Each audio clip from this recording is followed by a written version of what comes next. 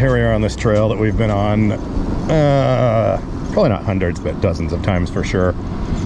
We're having one of our wheelchair hikes today, and I wanted to use the bounder, which we're currently using now. But the hike is starting at the opposite end of the trail, and well, anyways, long story short, I had to go out to the warehouse, charge up the bounder, because I only charged it to 50% stated charge because I wasn't sure how long it was going to be parked, and big lithium battery and all that. So anyways, hike starts in a half hour. It's probably going to take me about that long. Oh, they paved this. Last time we were out here, this is all gravel. Anyways, I'm headed over to the other end of the trail to meet them all so we can go back this way. So today's one of those days where I don't hate everyone and everything, but I'm not in a very good mood because, you know, people. So nice to get out and hang out with some people and also spend some time by myself. I'm not quite sure how far we're actually going to go on the hike today. I don't know if we'll make it all the way down here or not.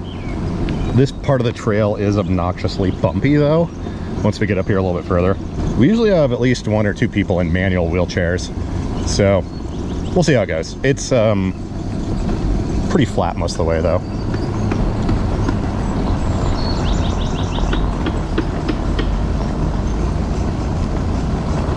Let's go.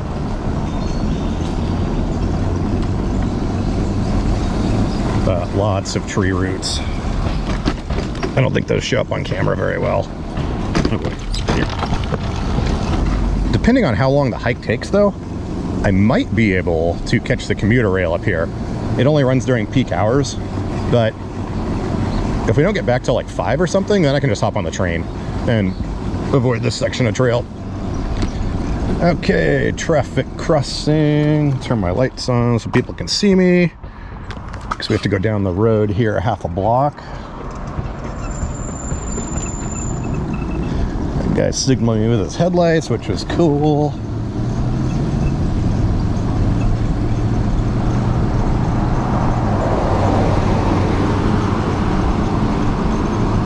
Oh god, the trash can's filled with dog poo, baking in the sun.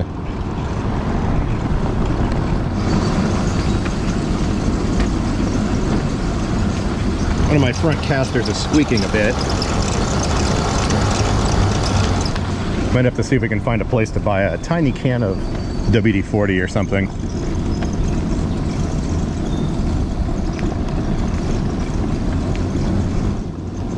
The other nice thing about me running down this trail first is I can see if there's any closures or whatever, so we can kind of lead the way when we come back with the hiking group. Oh no, it's the cranky geese. They are not affected. Oh, windy, sludge. Oh, little ducklings. Wow, lots of little ducklings.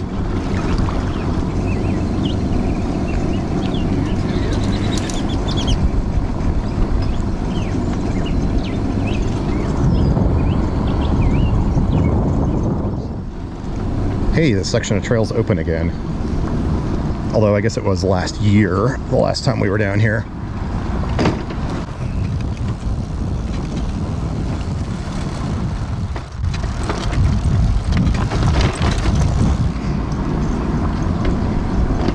Yeah, last time we were down here, this section was closed. I think they were doing something to this bridge, maybe.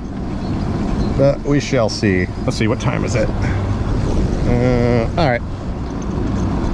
Got about 15-20 minutes before the hike starts, and I think I should be able to make it there in 15 minutes. We're actually meeting at an Arby's.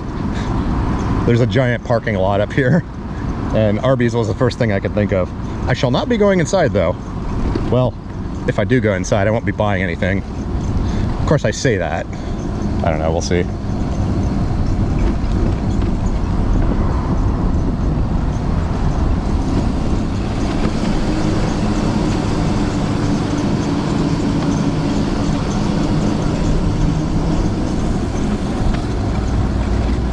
Oh good, flooding.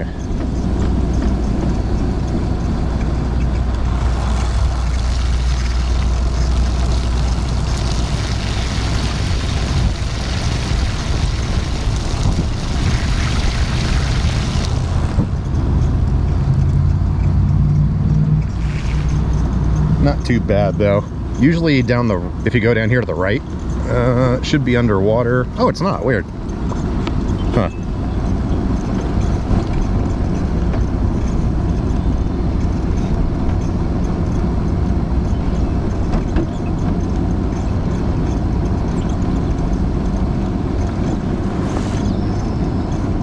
I'm gonna play a few short clips here of this construction area from a few weeks back.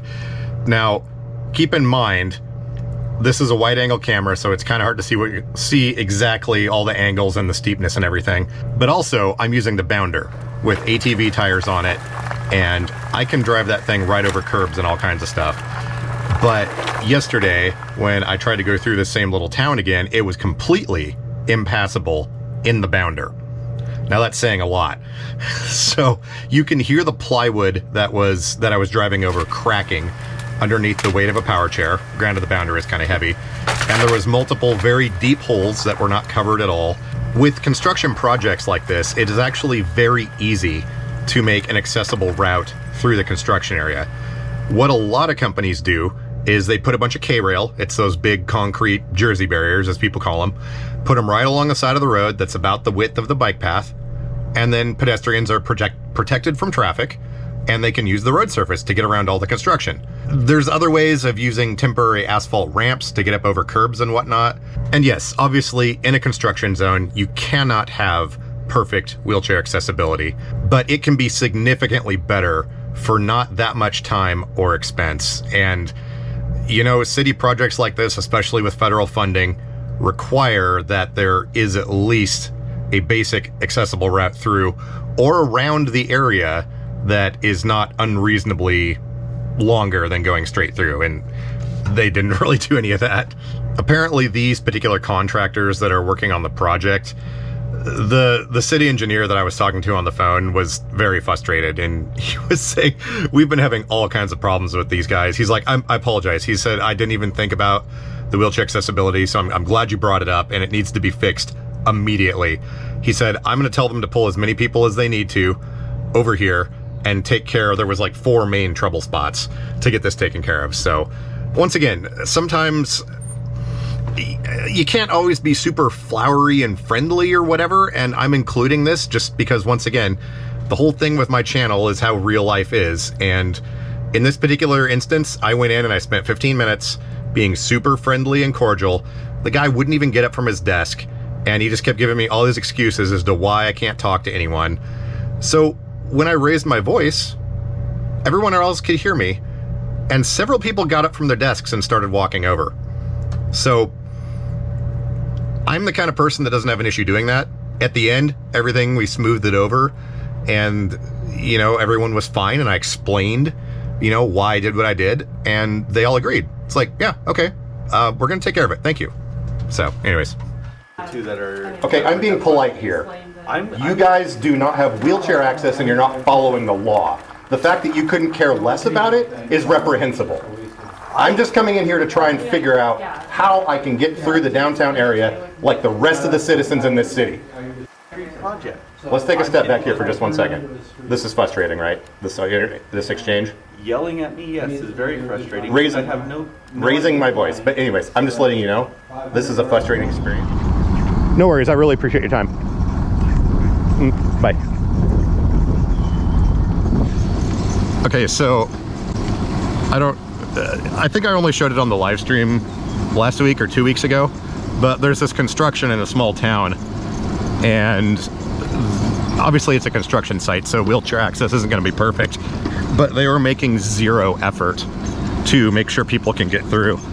I went to the city hall in that little town and talked to them, and the people behind the desk were kind of, how shall we say, a little bit laissez-faire about it. And my plan going in there, if that happened, which I wound up doing, was to raise my voice just a little bit and get them, you know, frustrated. And then I stopped and I'm like, hey, this conversation is frustrating, right? And they're like, yes. You know, with you yelling at us, I'm like, well, I'm raising my voice, I'm not yelling. But imagine the frustration of someone in a chair trying to get through this area and there being 0 attempts made for accessibility. Anyways, my phone just rang. It's probably about 2 hours ago that I talked to them, but my phone just rang. And someone from the city was down there on the construction site walking around. And he said, I'm really sorry. These guys have been doing a terrible job with this. We're gonna get it taken care of. So that was pretty awesome. He said he had noticed some areas that were, in his words, unacceptable. And they've been having a heck of a time with those contractors, but I pointed out the 2 other areas. That plywood ramp, or plywood thing, is now gone. They've got mostly sidewalk in there, but he's like, yeah, I'm gonna get these guys working on this right away. He's like, you've got my cell phone number now. If any other issues pop up, call me right away. So that's awesome. It was one of those things where I didn't know if anything would happen, but you know, it never hurts sometimes to take a minute and, you know, see if you can get something done, because there's a chance that you might. And I know other people are not going to, you know, other people in wheelchairs and stuff are not necessarily going to take the time to go down there and, you know, yell at people or whatever. But yeah, we got some stuff done, so that's awesome. Hey, there's Franklin.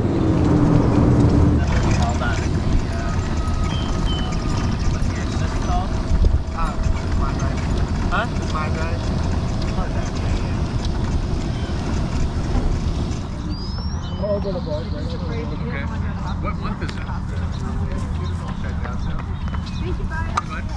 What month is it? Yeah, so about all those EMS workers earlier, there's some 85-year-old dude that was out here by himself, and part of our group passed him, and he was having trouble walking. It was kind of unsteady on his feet, and then he like tripped and fell face forward on the ground and hit his head. And one of the people that was with us was a nurse, and he was like bleeding from his forehead and stuff, and he didn't want us to call for help or anything, but he's out here by himself. He doesn't live anywhere near here, and he drove. So she basically kept him there until the EMS crews got here and got him checked out. That's been over an hour ago, and that call just cleared like a few minutes ago. So I don't know what wound up happening, but yeah, it's one of those things where it's like, no, we're not going to help you back onto your feet. You're going to get checked out. Too late. Come on. Hold on. Let me get, I gotta get closer here. I cannot get over. We got a gap right. Let's back up a little more. Come on in here. We know. Pretend like you like each other. Do this first and I'll scoot. Okay. See if I can fix this a little bit. No, come here, Gizmo. You know what?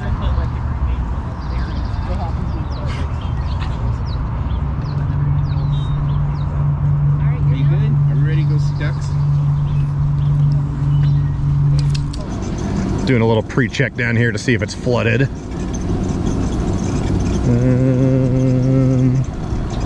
Oh, yep.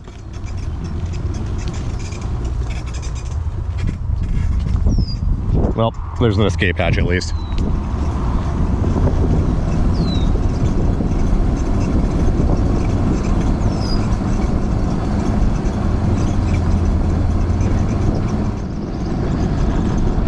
And now it's time for, will the bounder fit into a porta-john?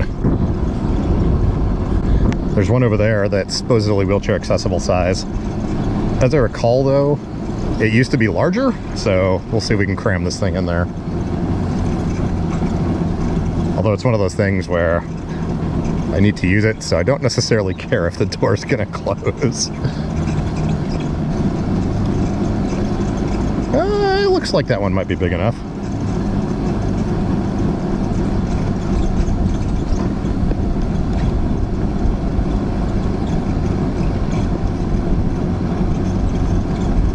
All right, wish me luck.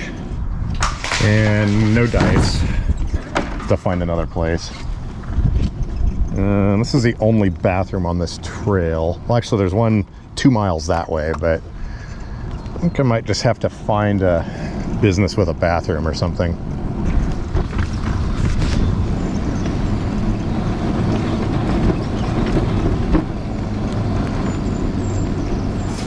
Oh man, I can't believe it's still there. Oh, glad I remembered that. It's been like 45 minutes since I was in here. Jeez. Dude, I was in that bathroom and I set my camera down, which violates my rules. Can't believe it was still there. All right, we're going to this place now. They got a deli. It's Chinese something or other.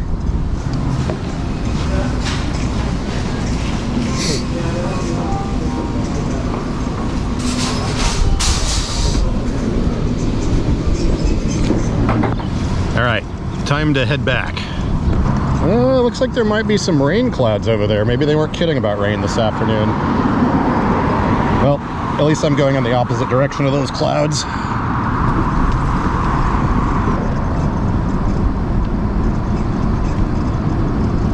All right, we got 6 miles to go. Battery is currently at 49%, so I think we should be good.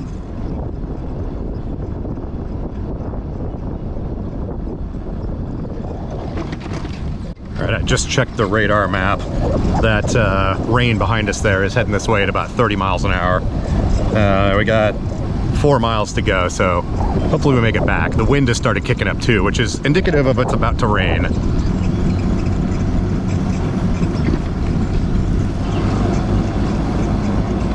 Self-proclaimed top of the food chain, geese.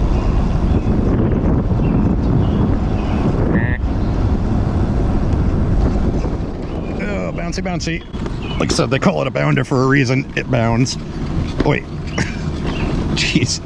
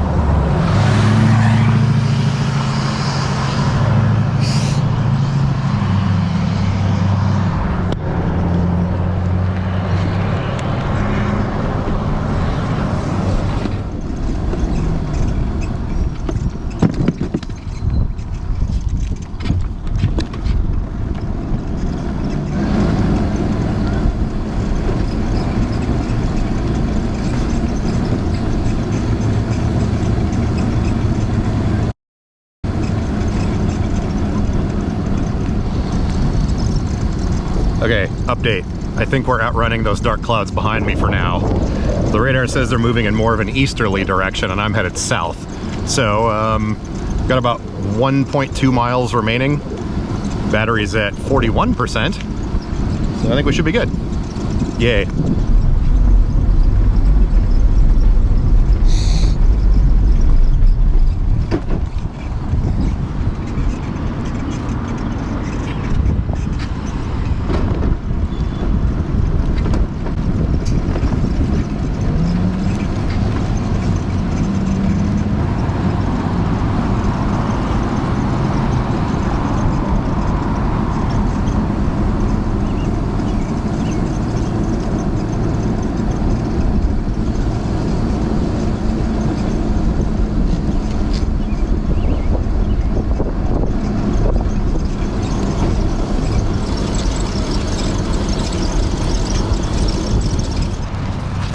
Getting a little bit windy. Gotta tighten the hat one notch. It's trying to escape, whatever. It's trying to leave my head, and I don't want to do that. What is it with curvy pathways? I feel like it uses more asphalt to go back and forth like this than it does to go straight through the middle. I don't know, maybe it's more fancy or something? Who knows?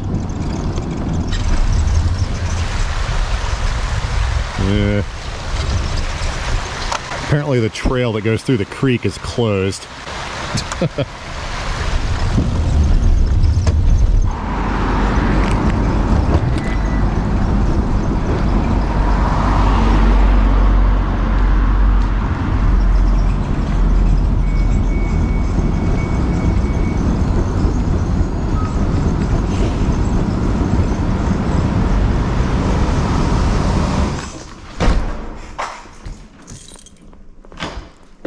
Okay, we have made it back to the warehouse. I have absolutely no idea how far that was, and I need to fix that squeak. So our battery is at 36%. We started at 91. To use that much battery, I think we covered quite a bit of ground. It's 6 miles from here onto the train and then to where we met up. And I ran that trail 4 times today. So anyways, I'm gonna plug this thing into charge.